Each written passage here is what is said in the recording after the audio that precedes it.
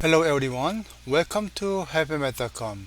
So this time we're going to find out mean, variance, the standard deviation based on binomial case. Okay, please look at this formula. Mean equal to mu n times p. So n means the total number of cases, p means its probability, and variance sigma square equal to n times P times Q. Q representing counterpart probability here, right? And the standard deviation sigma equal to square root of the variance, which means n times P times Q here. Okay, so please look at the example. In Pittsburgh, Pennsylvania, about 56% of the days in a year are cloudy. So find the mean, variance, and standard deviation for the number of cloud days during June here. Okay, so now we need to organizing. So n and p and q value here. Okay, so n. So it shows June. June means total 30 different days. So you can type 30 here, and then p value equal to 0.56 and q that equal to 1 minus p value right there. Okay, alright, then based on that we can find out the mean, variance, and standard deviation. Okay, so mean equal to n times p, so n times p, so that's the answer.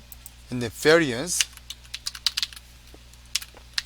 equal to n times p times q, so that's the answer for variance.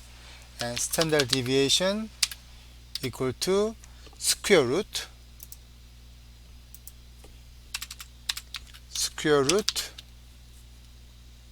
of the variance basically. So that's the answer for this question. So we found the mean, the variance, and standard deviation. Okay, then look at one more questions. So find the mean, variance, and standard deviation if n equal to 40 and p equal to 0.70. Alright, then we can make, so n equal to 40 and p equal to 0.70. It means q becomes 1 minus p value. We can set up like this way. Okay,